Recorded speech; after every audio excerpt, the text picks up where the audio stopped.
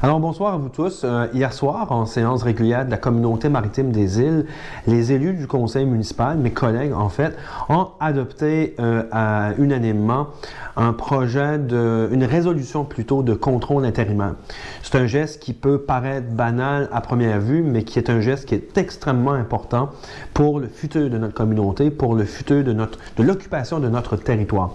En fait, vous le savez sans doute, depuis les dernières années, il y a une forte pression au niveau de la construction résidentielle. Donc, on a vu de plus en plus de maisons se construire sur le territoire des îles. L'an dernier, en 2021, c'est autour de 80 nouvelles résidences qui se sont construites.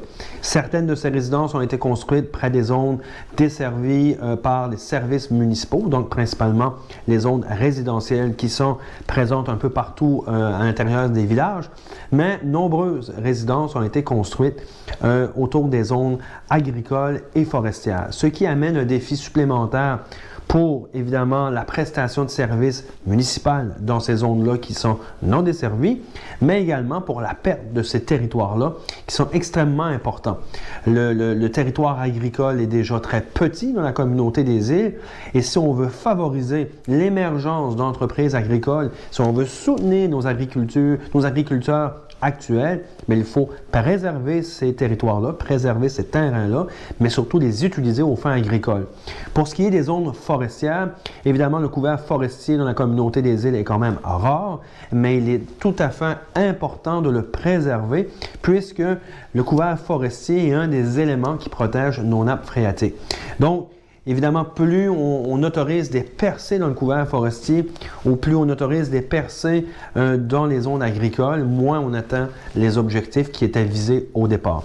Actuellement, il y a un règlement en vigueur qui est celui sur les usages conditionnels qui vise en fait à baliser, à poser des conditions quand même strictes pour permettre une construction dans ces deux zones-là. Parce que prime abord, ce n'est pas autorisé. Puis pour que ça soit autorisé, il faut respecter un certain nombre de règles. Superficie du terrain, par exemple, avoir accès à un puits artésien, être autonome pour la gestion des eaux usées. Ce ne sont que quelques exemples là, des obligations qu'un propriétaire doit respecter. Au fil du temps, on s'est rendu compte que ce règlement-là ne faisait plus son effet dissuasif et qu'il y avait de plus en plus de construction dans ces zones-là, mais surtout qu'il y avait de plus en plus de demandes de changement de zonage pour permettre des activités de construction dans ces zones.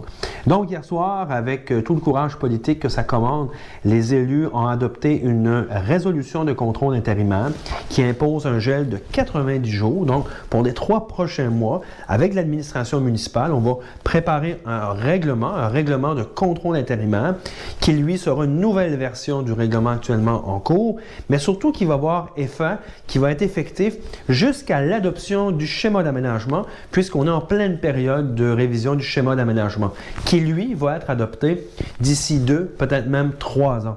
Donc, il fallait intervenir dans l'intervalle, il fallait s'assurer que l'objectif qu'on poursuit au final à l'intérieur du schéma d'aménagement, qui est de mieux préserver nos territoires, qui ont une grande valeur collective, donc il fallait mettre un outil particulier en place pour arriver à ces fins-là. Et c'est ce qu'on fait avec le règlement de contrôle intérimaire qui, dans 3 mois, sera adopté. Pour tous ceux et celles qui avaient présenté une demande de changement de zonage, évidemment, l'analyse ne peut pas être faite due à l'adoption de la résolution de contrôle intérimaire. Mais lorsque le nouveau règlement de contrôle intérimaire sera adopté, si ces gens-là ont l'intention de présenter à nouveau leur demande, elles pourront être analysées, mais avec le nouveau règlement, avec les nouveaux critères, les nouvelles contraintes là, qui seront adoptées.